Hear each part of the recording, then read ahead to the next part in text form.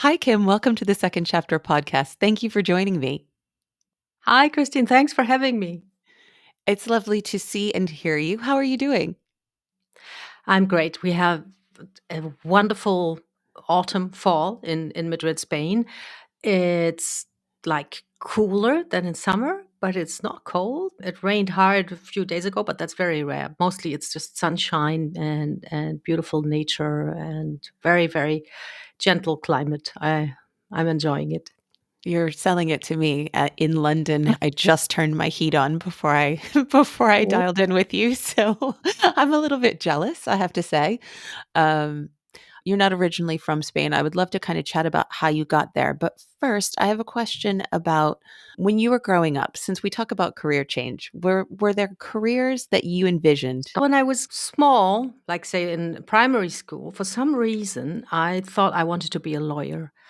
But I have no idea why, because I didn't really know what a lawyer was. It just sounded like powerful and impressive and awesome to me. And I, with a few friends, we said, okay, you're going to be a lawyer. I had no idea what that was. And that desire went away pretty quickly, not because of any experience I had. It was just like a crazy idea. And then later on, I wasn't sure for a very long time, even before I started working. I wanted to be a journalist very much, and I became one. But I also thought about working in continuing education, teaching adults, doing Mm. things like that. And I just decided right after I finished university, and then because I got a job offer from a newswire, from a news agency, if somebody else had offered, maybe I would have become someone else. So, what kind of led you down that journalism path? It's something that one of my teachers told me when I was in high school. They said, I think that would be interesting for you. He recommended me for a scholarship program. I got into that. So I met with lots of people who had been like, some of them knew from the day they were born that they wanted to be journalists. So I got into those circles and I felt that it really fit me because I'm a very curious person. I love to find out about things. I like to study. I like to learn. And I like to tell a story. It felt like it fit me very well. And studying journalism, was that something that you did in Germany? Yes, I did. And I went to uni in Germany and I studied political science, actually, in history and French.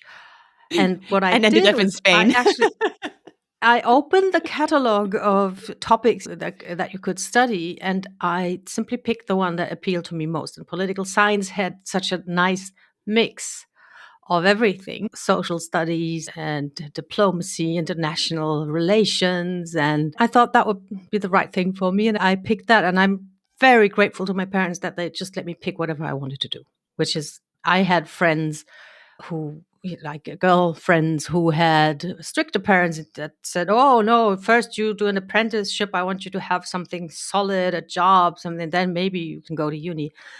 No, I could just go and pick whatever I wanted, and I'm really grateful for that.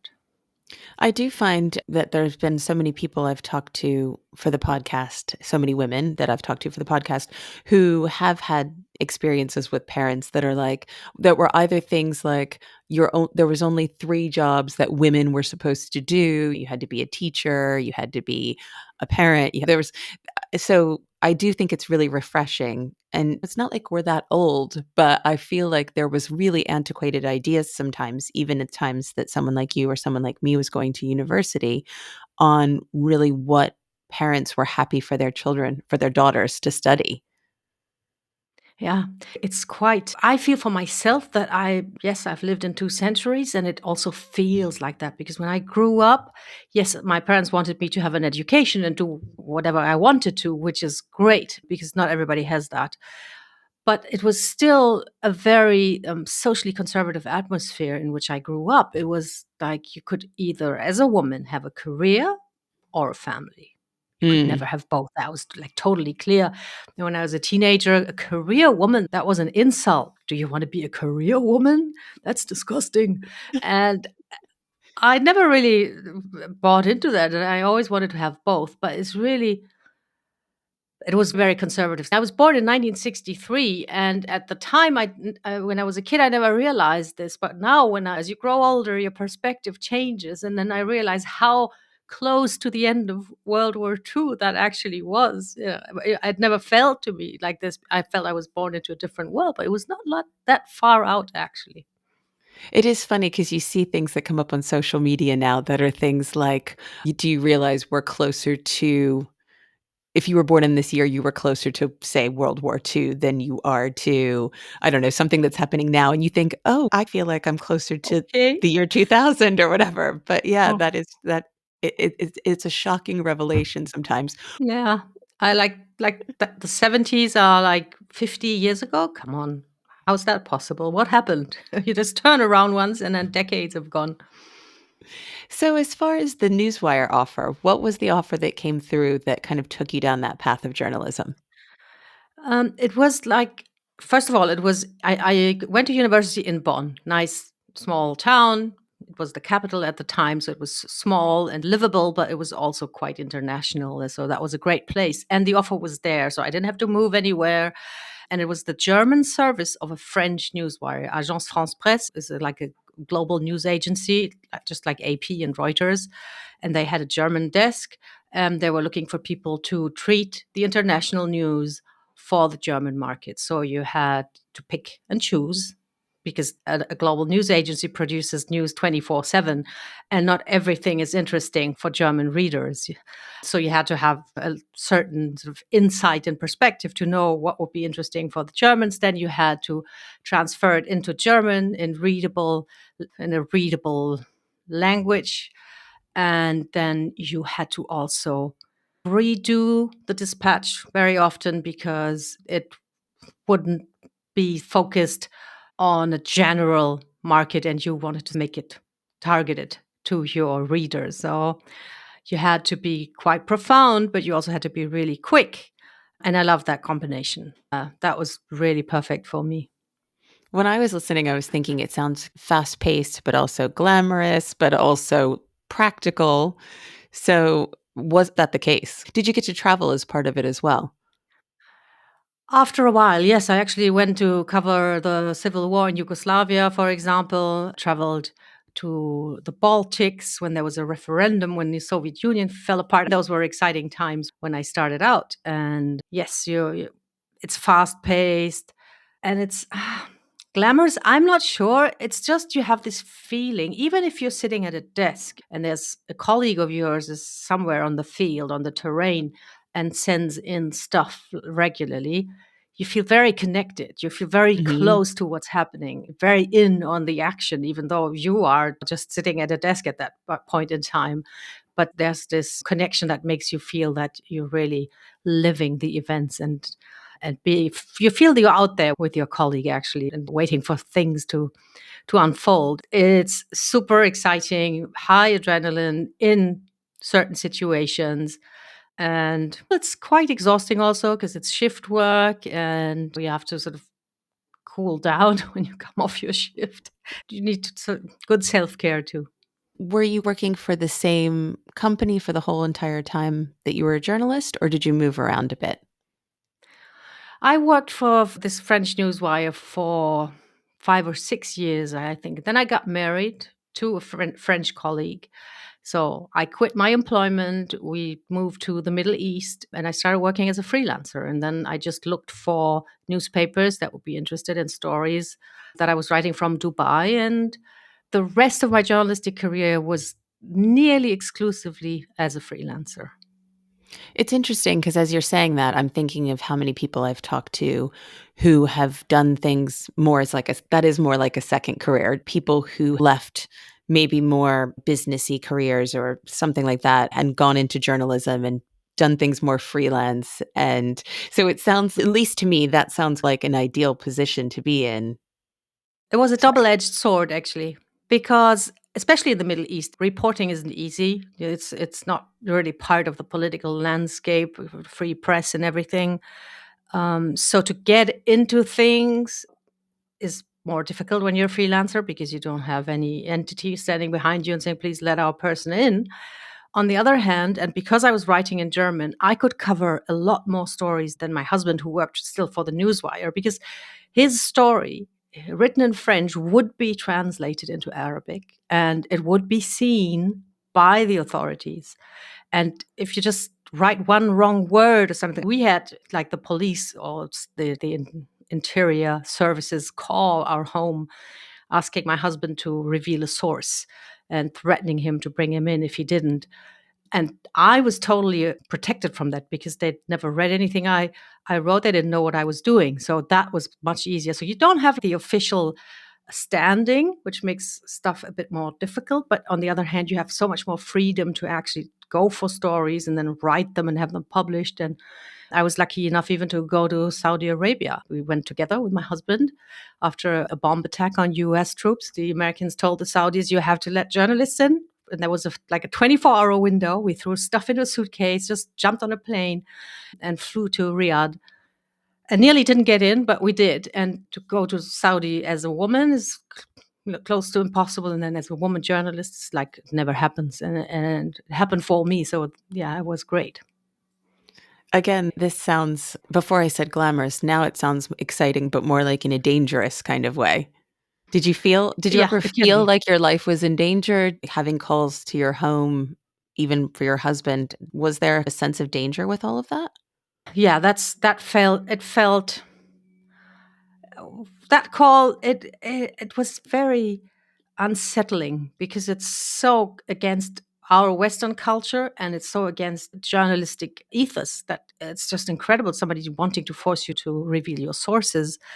And at that point in time, we knew that we had resources, people we could ask to intervene and stuff. So it was not super frightening. What was frightening was when I was covering the war in Yugoslavia and we went to a town to report on it. And when we wanted to go out, there was shell fire and we couldn't go out. We had to spend the night there. I don't think I've ever been as scared as that in my entire life. I was so scared that I thought I might pass out. That was really super scary. And yes, my life was in danger. I was lucky. And it helps you also understand. It's so easy to look at wars on the TV screen and think, oh, yeah, it's going on, it's going on. But when you have felt the fear in your own fibers, then you know what people are going through. When you said about even when you were sitting at a desk, you felt really connected, I started thinking about how disconnected we are in a way, because we are always reading about wars and tens, sometimes hundreds, sometimes thousands of people being killed. But because we're reading it now on our phones all day long, I do feel like there's this real sense of disconnect. So it's interesting to hear you say, both through your colleagues and your own experiences, it really changes how you feel even now reading about wars, or you can feel that in the fiber of your being. Yes. And you're right about the disconnection. It's also something that got me disenchanted with journalism in the long run because everything changed because of technology. And now information it's mostly for entertainment. It's like a commodity. And I became a journalist with this old fashioned idea of we are informing people so they make informed choices. Mhm. And it doesn't work like that anymore. Towards the end of my journalistic career, I worked for TV also quite a bit. And TV is even worse than the written word because the chunks of information are even smaller, and you always need a picture to go with it. If the information or the accuracy of the information suffers a bit because this picture goes better with this story, you just have to accept that, and that got me very frustrated, actually. I feel like there's so many reasons why you might leave a career, whether it is financial or you want something more creative, and I know you had a much bigger reason for wanting to leave, but there also was a sense of disenchantment when you were coming to the end of that. Yes, absolutely. I don't know about you. When we're young, we always think that our life's choices are going to be like very clear cut. So you get to a fork in the road, and then you have to decide, do I go right or do I go left, black or white? When in reality, it's all quite murky and gray zones. So I'd been thinking about leaving journalism for a few years when I finally made the choice. It was not like, oh, one morning I got up and said, oh, I'm going to do something else. It's a process. And I think most of us need this kind of process. I know there's people who wake up one day and say, I'm going to do this. But I think most of us, we keep on weighing things, stuff that's holding us back, old habits, fear of the unknown, and better the devil, all these things that always go through our mind. So for me, it was like over 2-3 years until I made the decision. And then, yes, my personal story with my health and what I did about that helped me then. When I reached a milestone with that one, I said, okay, now this is where I draw the line. Now I'm going to do something else. It is really useful, I think, to hear other people, though, say that it's a murky thing. It takes time. Just looking at people, so often you think, wow, they just made this really brave decision. And one day they said, that's it. And there are people like that. But I feel like even in my own experience, as much as I love change to the point that I have a podcast about it, to the point I've done it myself so many times, behind the scenes, there is so much, oh, what am I going to do? What weighing the options, taking the time to decide. And I am impulsive, and that's still how it seems like change happens for me. Yeah, I think the main point, and it's the thing that most people struggle with, and I feel from my work as a coach now that women struggle with, it's we lack clarity. We are not clear, because if we were totally clear on what we want from this job or what we don't like about this job, if we were totally clear most of all what we need and what we want, then the decision would be much easier. But it's that clarity that takes so much time to find, because we don't spend much time like introspecting and thinking, oh, is that right for me? How am I feeling? We don't pay much attention actually to our own needs and desires, not in a deep way. And when we take the time to do so and get clarity on what we need and what we want, it becomes so much easier. But it's not easy to find out. It's hard work. Yeah, we've always been told to be nice, take care of other people, don't put yourself first. And taking the time to find clarity often requires us to do the opposite of all of those things. You can't be super nice to everyone if you need something different than maybe what they're giving, or you can't take care of other people all the time if you need time to take care of yourself. Yeah. It's a big one, and especially women. And I work mostly with midlife women who want to get in shape and become fit and strong. And it sounds like very clear cut and straightforward, but it's also very often a lack of clarity. Like, what exactly do I want? And even more important, why do I want it? So that's why you can have all the meal plans in the world. Everything is out there. You can at the tip of a finger you can get, I don't know, Hollywood celebrities eating plan and their training plan. You can have everything, but it's not happening for most people, because we forget that before we decide to do something, we need to know why we want to do it. What is our motivator, and what do we really want? And that's something so many people are unaware of, and they think there's something wrong with their personality. They have a character flaw. Why can I not get this done? When actually the foundation is missing. So, skipping back a little bit or rewinding a little bit, you mentioned your health as being a primary reason or a big reason for the push to leave journalism. And as you mentioned, start coaching midlife women to get healthy and strong. You were diagnosed with MS. I was, and that was only like the second blow, and a really low blow. So it started years before. Even I had 3 small kids and a full-time job. That was this one time during my career after quitting my job that I was actually employed. And remembering what I heard as a kid about being a mother or having a career, I thought, oh, this is great. I have done it. I have a great job. I have 3 kids. I've made it. And then from one day to the next, I fell ill, had a very scary thing. Nobody knew exactly what was going on. I was seeing double. I was being paralyzed, from getting paralyzed from the hips downward while I was in hospital. And turned out after 6 weeks there that it was a one-off autoimmune condition. It comes and goes. It was super scary. My kids were small. It changed my perspective a lot already at the time about what's important in life. When you've been in a hospital, unable to walk and totally powerless, you start appreciating stuff that you used to dislike, like doing dishes or doing homework with your kids. It's all of a sudden that's a treat.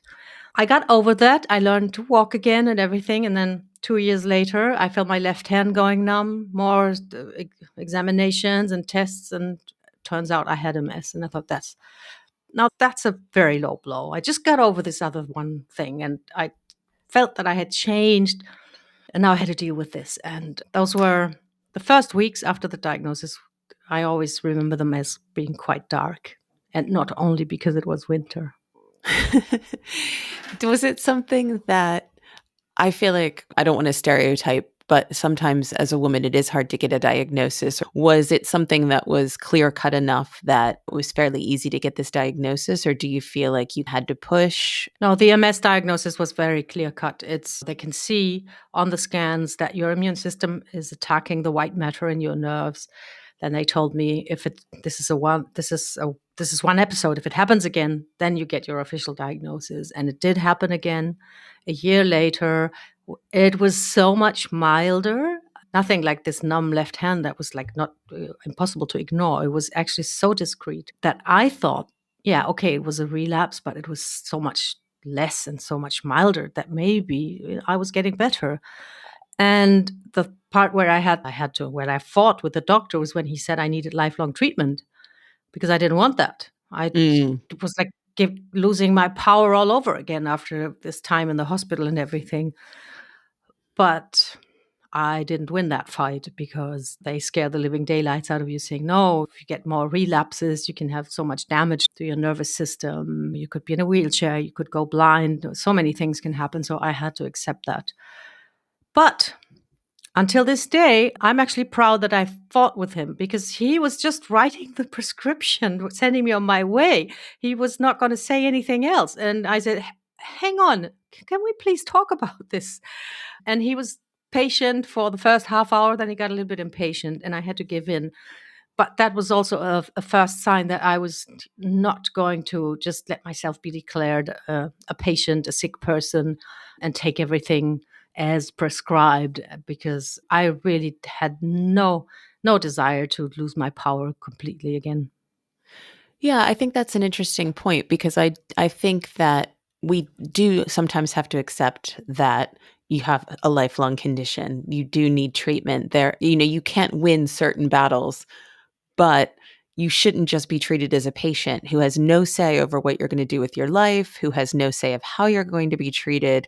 And I do think it it is easy sometimes sitting with a doctor who knows way more about what they're talking about maybe than you do, but they don't know more about your own body. So it's that weighing of how much do you fight? What can you give in and where can you actually fight things and learn more and take care of, I don't know, take some onus on your own journey and your own health. Yeah, and I think that's a very tricky one because I always encourage women to self-advocate, to ask all the questions until they don't have any question anymore. Because I talk to so many women who tell me, "Oh, I have this thing," and I take that forward. And when you ask, "What is it exactly?" and "What does what you're taking do exactly?" they don't know. Mm, They don't know because we still have this. Many still have this idea that the doctor is the authority that you cannot question, that you don't want to question. Maybe it's comforting also to think that this person knows and will take care of everything. You don't have to think about it. You don't have to worry about it.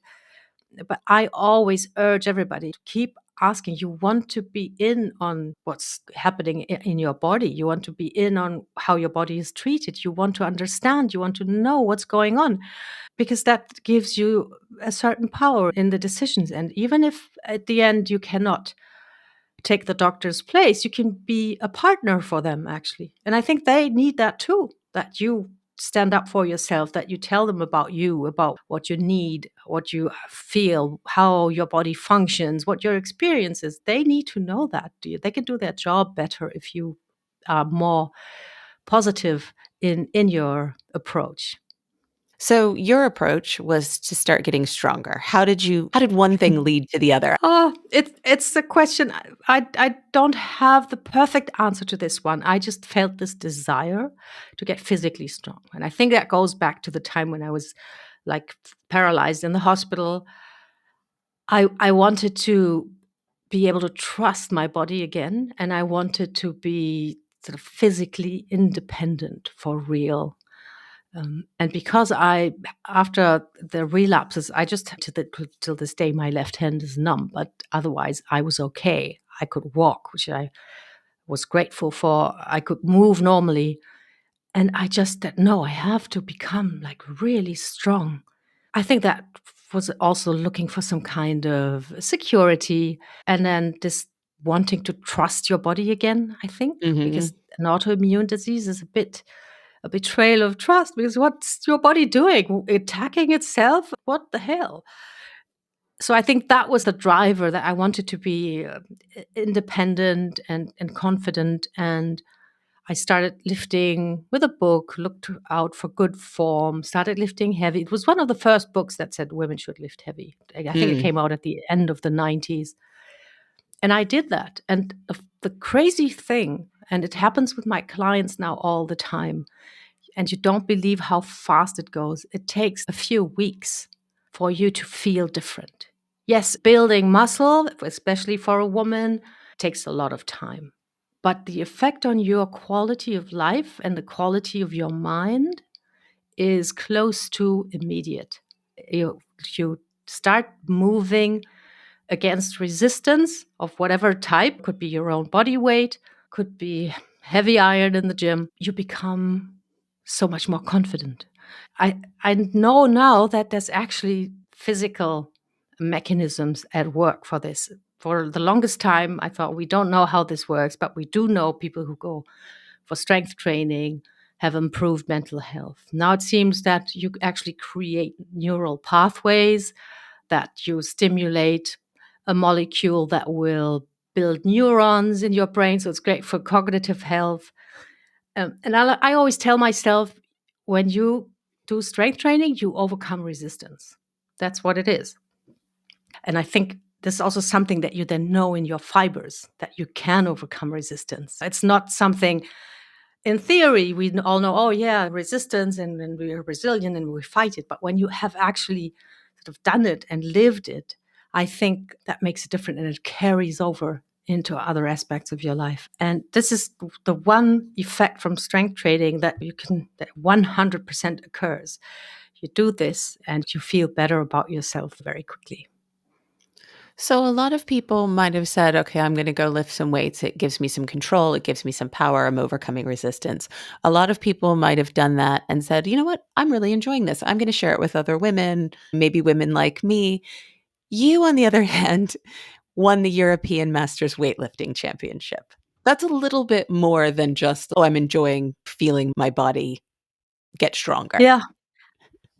And I know there's no accidents. Probably everything happens for a reason in some way. I was just training in a commercial gym. We had just moved to Spain and I had a personal trainer and he one day said, "Would you like to try Olympic weightlifting?" And I only remembered this from when I was a kid watching this with my dad and it was like hairy overweight men lifting heavy stuff overhead and Yeah, you think of the I sound. was intrigued and I said, "Okay, let me try this." And I sucked at it. It's really difficult because Olympic weightlifting is the one where there's just two movements. And what you have to do is get the bar overhead. One in one movement is a snatch, and the other one where you lift it to the shoulder first and then you push it out. And that's the clean and jerk. But I was hooked because it's so challenging that you need full focus on the moment, on this present moment. So when you're lifting, you cannot think about what did this person say to me like just now, or what am I going to cook for dinner tonight? No, you have to be present. And I loved it so much that I then joined a pure weightlifting club, left the commercial gym. And after 2 weeks of training with them, they said, "Kim, do you want to compete?" I was 55 at the time, and I stupidly said, "Do you know how old I am?" And they said, "We don't care. We don't care. Everybody competes these days. There's masters competitions." And so I started. And I realized that I was actually strong enough to compete on an international level. And then but because I was so hooked at it, oh, let's do this, let's go.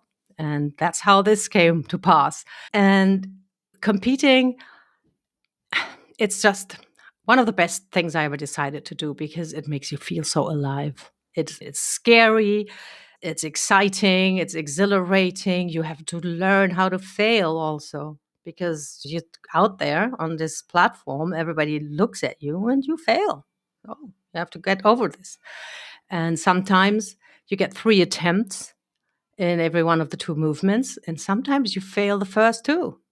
So then there's just 1 attempt left, or you're totally out of the competition. And you learn how to refocus, how to really forget everything that happened before. Do not imagine what happens if you just focus on this one thing that you do. And I think that has carryover, of course, to your life as well. And it makes you feel very alive. How much does one have to lift to win the European Masters? I'm just trying to even envision what you're throwing over your head. I know you're not really throwing it. Yeah. It depends on how old you are, and it depends on your body weight. So there's age categories and weight categories.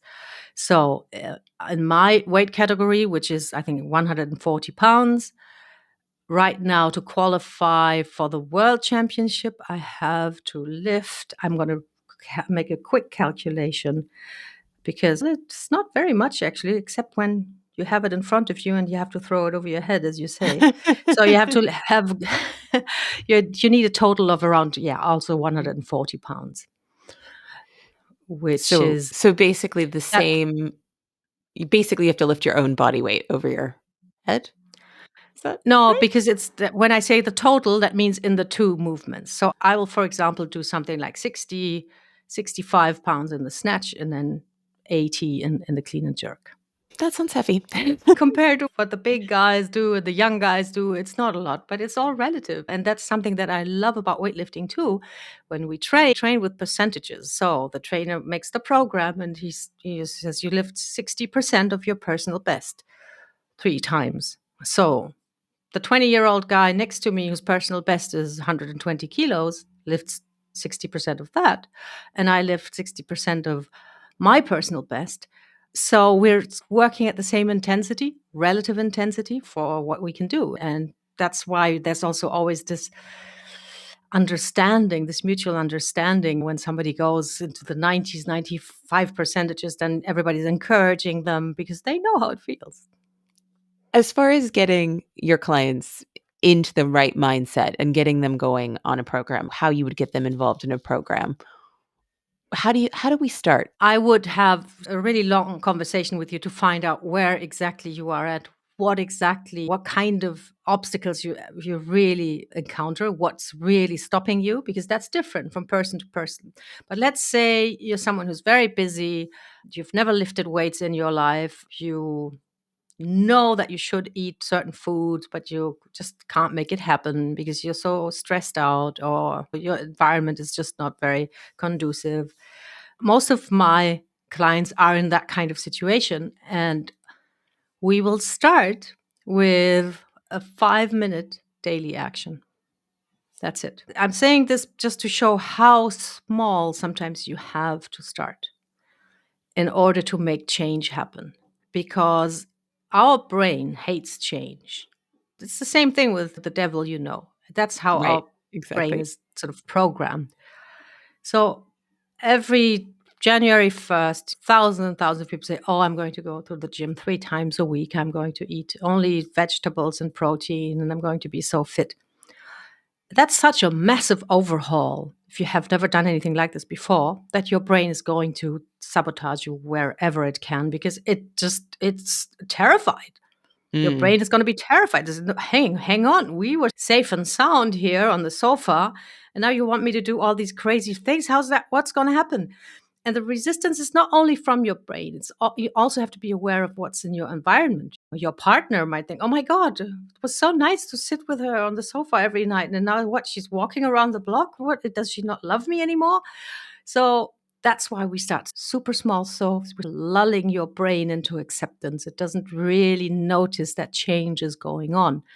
But you can tell If you've been able to do a 5-minute action every day and you get total liberty, you can do whatever you want. It could be just taking a vitamin supplement. It could be journaling. It could be breathing. It could be going for a 5-minute walk, anything. But if you've proven to yourself that you can do something, stick with it for an entire week, you get confidence. Your confidence grows. You think, oh, if I can do that, maybe I can do it just a little bit more. And that's how we start. That's how we get the ball rolling. And as for the training, we start training quite early on too, and it's just 15 minutes a day, same reason. It must be doable. First thing in the morning in your pajamas, so you don't have to go out of your way to do it. And it will also be tailored to you, so you can do it. This might be just a little bit challenging, not overwhelming, not boring, just the right Goldilocks serving of exercise for you. And that's how we start. So very small. I know so many women still think you have to just go through a lot of pain and misery for 3 months, then you get to the body of your dreams, and then you go back to normal. It doesn't work like this. Yeah, you have to have a change in lifestyle, and that will only work if you do it like really very gently. I would love 3 months from now just to do a little something and then suddenly be like, here I am, unveil the new body. But I think more importantly, I don't know, I recently went to the gym.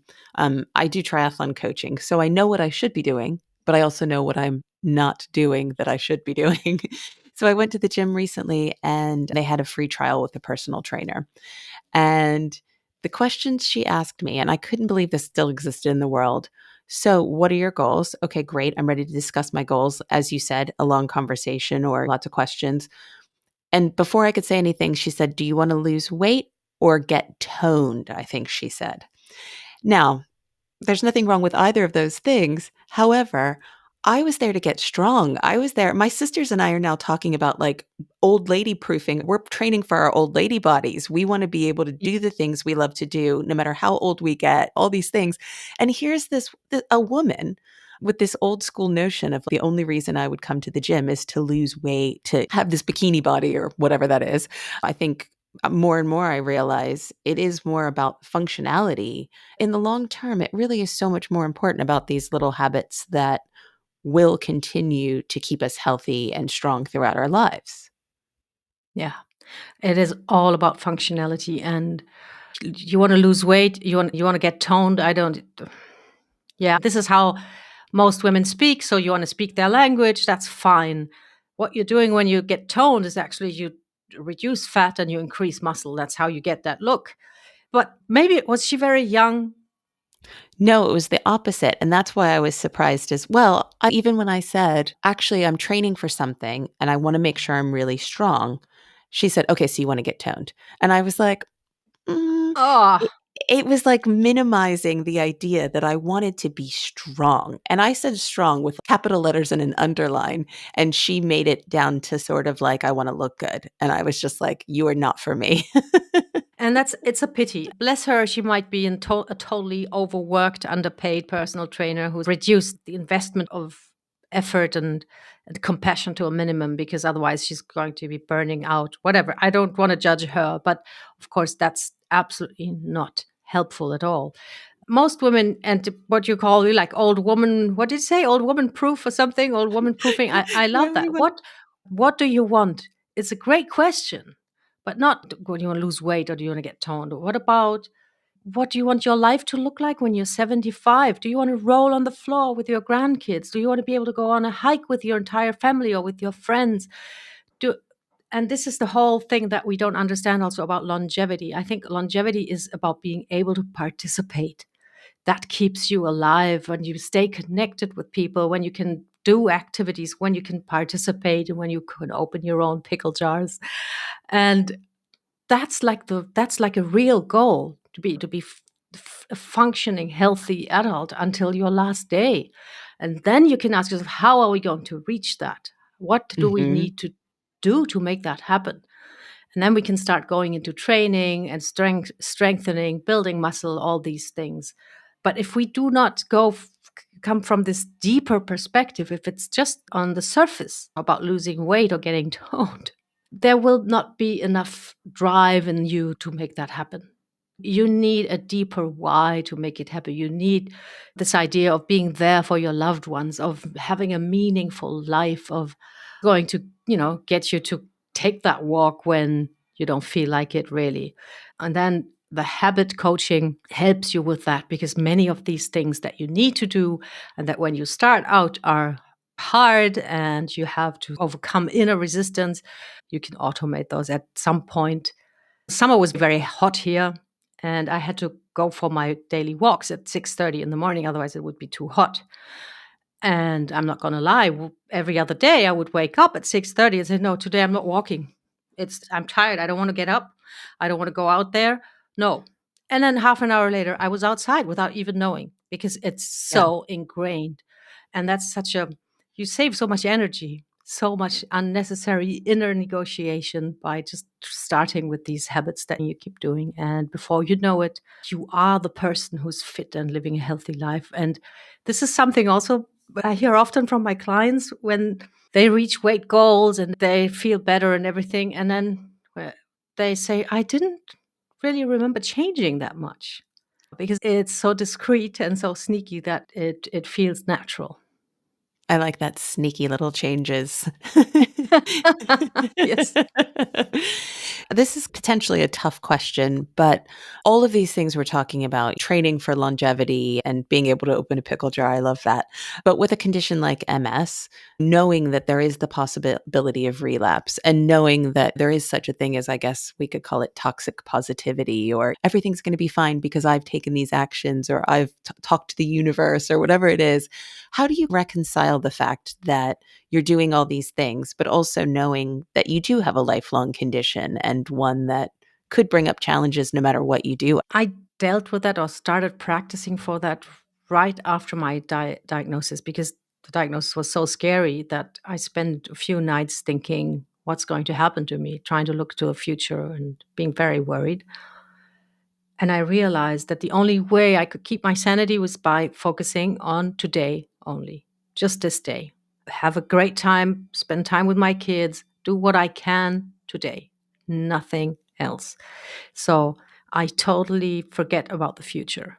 You cannot totally forget about the future, but I try for my mind not to travel too much in time. I'm telling my mind, get out of that time machine, come here, come back here to the present moment. And that works very well. And the interesting thing is that it's 7 years ago now that my Spanish neurologist took me off my treatment, because I was doing so well that he said, "You're okay." And I've been without everything ever since. Nonetheless, I know, and not only because of my MS, anything, anyone, all of us, there's no given tomorrow. This all can stop tomorrow. My weightlifting, I love it. It's wonderful. I know it can be over tomorrow. Everything can be over tomorrow. And I know that on a rational level, we all know this. Um, but because, especially with my first brush with illness, I was really out from one day to the next. I know in my heart that this can be over tomorrow. And guess what? It doesn't scare me. It makes today even better. And you can get to that mindset where if you only have today, or you act as if you only have today, that doesn't mean that you have to go bungee jumping every day. That's totally crazy. But be appreciative of everything that you have.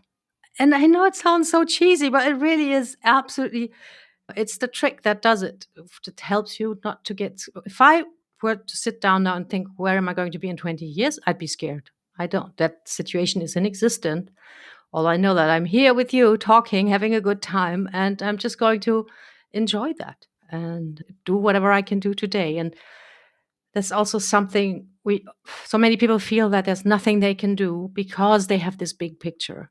Like they Hmm. see themselves in, like, on a timeline or in a bigger context. And when you bring it back and down to what can I do right now, that's very empowering, because there's always a small thing that you can do right now, and just do that and observe how it makes you feel. Maybe you want to do something else after that. I like that mindset, because when you said about 20 years, just even hearing that, I went, ugh, I don't want to think about where I'm going to be in 20 years. I don't Yeah. want to think about sometimes where I'm going to be in 20 minutes. So Yeah. I do Well, feel you're the like impulsive one. it's funny because I just came back from a holiday and we ended up being stranded based on an air flight rescheduling. And you think, okay, how bad can it be? You're stuck on holiday an extra day. But it was really interesting because the weather was supposed to be the worst weather we had on the entire holiday. And I think because it forced us to live in the moment because we didn't have a plan. We weren't expecting to be there. And it ended up being the best day. We went out for a run Wow. in the rain and the sun came out unexpectedly. It turned into hiking and a wonderful lunch and all these things that we didn't expect. And I think because it was something that we were so forced to be in the moment, there was no plan. It made it so much more. Yeah, it just felt really wonderful to not worry Yeah. about, other than the fact that we finally had a flight later that night, we didn't have to think about what the plan for the day was. It just was like a gift, a little gift. Yes. It just improves your quality of life because you don't waste energy on stuff that's not happening. It's not happened and you don't even know if it's going to happen. So, don't worry too much about it. So I said at the beginning about you being in Madrid and that we would find out later how that happened, but I still haven't found out how you ended up in Madrid. Yes. Because I married a journalist colleague who got assignments. We moved every 4 years because, as a foreign correspondent, you need that fresh perspective. If you become too used to everything, you don't see the new stuff or you don't see what's interesting for people from the outside. So, every 4 years, you have to move. And that's what we did. 3 kids in tow, and went from Dubai to Paris to Vienna to Paris to Berlin. And then at some point, we ended up in Madrid. And that was when I don't know how my husband managed to get 6 years instead of 4, which was really great because we loved it here. And then he retired. And the question was, where are we going to go? Do we want to live in Germany? No, says the German. Do we want to live in France? No, we want to live here. The quality of life is just fantastic. The people are so kind. Everything is actually well organized. Nobody believes this, but I think in many areas they're better organized than the Germans, the Spaniards. And then the climate, of course. I ask you at the beginning things that you maybe thought you were going to be when you grew up. Are there 3 things you would still like to either accomplish or 3 things you'd like to try? That's making you look into the future a little bit, but That's a before good the one. end of So, time. so you want to make me look into the future here? Yeah, no. When I go to weightlifting competitions, international ones, there's always some guys. I think the last time I saw someone who's like 88 or 89 showed up. I want to be that person. I want to still be lifting as long as I can. I want to be the 88-year-old lady showing up to the competitions and everybody saying, she can hardly walk. Oh my God, what's she going to do? Can she step on the podium when she wins? And I want to be that person. That's for sure. I don't know. This is not very glamorous. I'd love to just be able to keep doing what I'm doing. That would be just so great. And it's interesting. It's interesting and makes me think now because you're asking this. I am I'm thinking about how so many people are looking for the next thrill, the next awesome thing to do, the next, oh, I've never done this before. And that could be, for some people, it's just, let's try another restaurant and have another super fancy meal. Let's take another trip to a very exotic destination. Always looking for a bigger thrill or a better kick.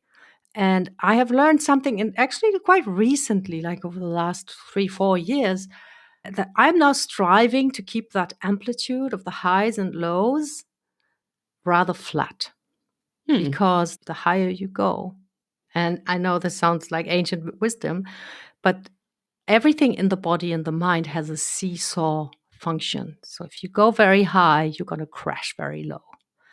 And I'm trying to keep my highs a bit lower because that way the lows will be higher. And some people might find that boring, but I think it makes for a really great quality of life. And it's this thing. One point where I found out about this was when my kids asked me, why are these rock stars, why do they all have drug problems? And it's because they have these incredible highs and then they crash low and they need something to Mm, recreate another high. Do you want to, you need this state of being so totally excited and aroused and full of adrenaline. So looking for this next thing. And on a maybe less harmful, but from the principle similar level, humans are doing this a lot now because we have everything. We see everything that's possible. So yeah. we want things to be better, more exciting, more this, more that. And I don't think it leads to happiness. So I don't honestly don't have a bucket list. When you said it, I was like, "Oh, that's," I don't know, it felt a little maybe not boring, but pessimistic to say you don't want bigger highs. But then hearing you talk about it, it just felt more like a simplicity of life is not a bad thing. Yeah. I think simplicity is the most genius thing we can strive for. I had a great conversation with another podcast host who is an endurance coach. And he coaches athletes and they go to races. And then after the race, he says, you have 5 minutes. You have, if you won, if you did a personal best, you have 5 minutes to be like raving and if you lost, it was a shitty run. You have 5 minutes to grieve, and that's it. And then we move on, just to keep your emotional balance. Mm. And I think that can be very helpful. I usually give my athletes a little bit longer than that, but I like that like as much as you can't wallow, you also can't get too excited because then you don't look to the next thing. You don't, and there is a certain simplicity in I can be happy for a few minutes and then I remember why I came and what I want to do next. Yeah, absolutely. So, is there anything else that you would like to say to maybe someone who's listening who does need that first step or that little kick to maybe start, whether it's an exercise program or a career life change? Yeah. First of all, I want to really say it's never too late, even though it may feel that way. And I was, my legs were sticks. I was in a wheelchair and I didn't even know if I was going to be able to walk again.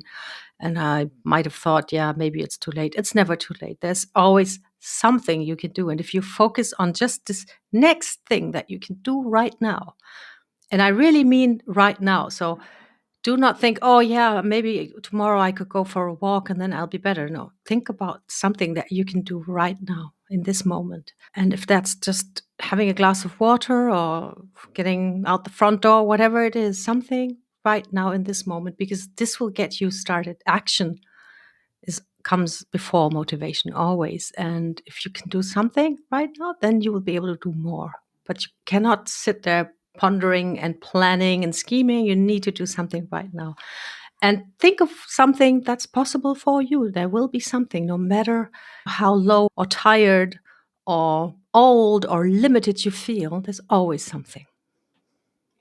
And it's very interesting to hear you say that because I would say, hearing you say that, your biggest change has perhaps been from that moment of murkiness that you talked about, that moment of indecision that you had in the past, that you've now recognized there's always something you can do right now to start the next big thing or your next better life, really. Yes, absolutely. As long as you're aware that it starts now, not tomorrow, not next week. It starts now, and every tiny little step, just speed is not important. Direction is important because as long as you move in the right direction, no matter how small your steps, you're moving closer to where you want to be. Thank you, Kim, for sharing that wisdom and for sharing your story. It's been really interesting to chat with you, and I feel inspired to now go do something right now. Oh, My next step in old lady proofing my body. yeah, that's wonderful. Thank you for having me.